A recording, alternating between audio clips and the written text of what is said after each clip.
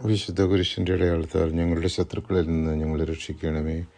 ഞങ്ങളുടെ തമ്പുരാനെ, പിതാവിൻ്റെയും പുത്രൻ്റെയും പരിശുദ്ധാത്മാവിൻ്റെയും നാമത്തിൽ ആമീൻ.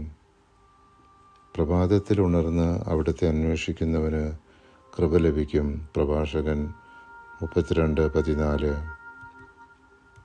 കർത്താവായ ദൈവം നമ്മെ ശത്രുക്കളിൽ നിന്നും രക്ഷിച്ച് അനുഗ്രഹിക്കും എന്ന് ഉറപ്പു തരുന്ന തിരുവചന ഭാഗമാണ് സാമുവേലിൻ്റെ 2-ാം പുസ്തകം 22-ാം അധ്യായം 3-4 തിരുവചനങ്ങൾ.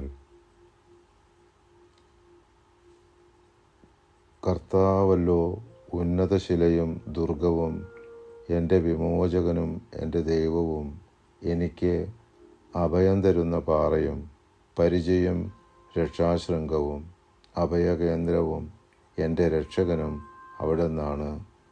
അങ്ങ് എന്നെ അക്രമത്തിൽ നിന്നും രക്ഷിക്കുന്നു. സ്തുത്യർഹനായ കർത്താവിനെ ഞാൻ വിളിച്ചപേക്ഷിക്കുന്നു. അവിടുന്ന് എന്നെ ശത്രുക്കളിൽ നിന്നും രക്ഷിക്കും. ദൈവാനുഗ്രഹത്തിനായി നമുക്ക് പ്രാർത്ഥിക്കാം.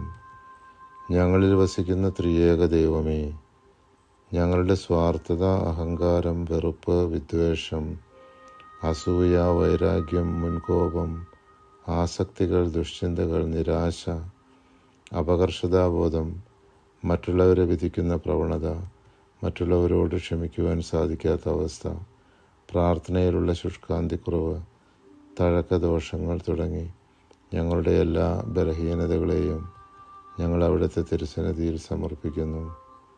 അവിടുത്തെ കൃപാസമുദ്രത്തിൽ ഞങ്ങളുടെ പാപങ്ങളുടെയും കടങ്ങളുടെയും കറ കഴുകി ഞങ്ങളെ വിശുദ്ധീകരിക്കണമേ. ഞങ്ങൾക്ക് നിർമ്മലമായ ഒരു ഹൃദയം നൽകി അവിടുത്തെ അനുഗ്രഹവർഷം ഞങ്ങളിലും ഞങ്ങളുടെ കുടുംബാംഗങ്ങളിലും ചൊരിയണമേ.